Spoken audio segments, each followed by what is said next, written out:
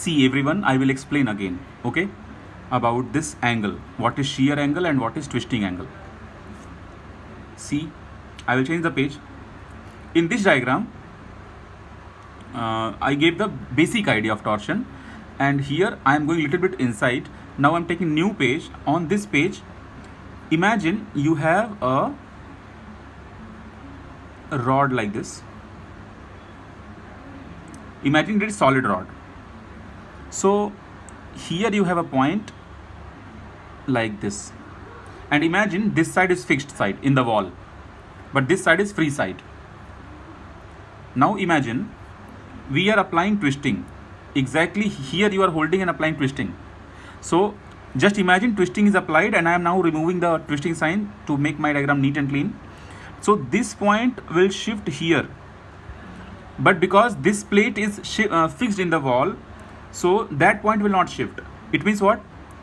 So this kind of variation will come in the points. I mean, this point will shift this much, this point will shift this much, this point will shift this much, and no shifting. But if you check out, two green lines are like this, so angles is same, right? So this angle is phi. So this angle is phi. Okay. Now, radius wise, you see, radius wise.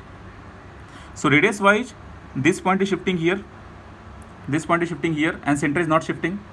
So you got two angles. One angle is on the surface. So whenever phenomena happens on the surface, we say shear, correct? So here, this line between the green lines, this angle is shear angle. Okay, between the green lines, the angle is shear line, and between the blue lines, angle is angle of twist.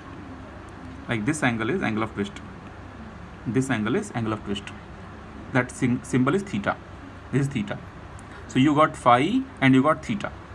Now you can clearly see, if the point O just cut in pieces, cut in pieces, and compare the first cross section with the last cross section. So suppose I am drawing the last cross section and I am drawing the first cross section. So on the first cross section, the center is like this and points is shifting like this. But if you will compare the last cross section, the line was here and it is here only. Okay, it means this radius is not traveling. I mean to say, I hope you are getting. If you say this as your center O, and if you say this as your center O dash, so this is your O and this is your O dash.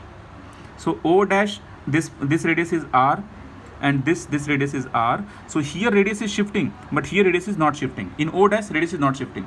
It means what?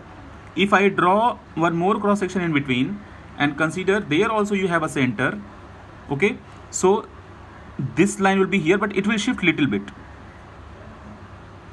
So you can clearly see, here you are getting more theta, here you are getting less theta, here you are getting no theta. It means when you travel lengthwise, your theta is changing.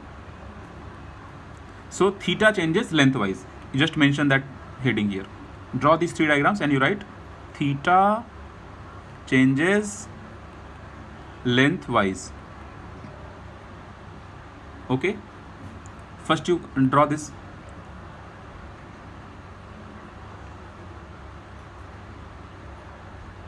And then I will teach you how the phi is being changed. Theta is the function of length, of course. Theta is being changed lengthwise.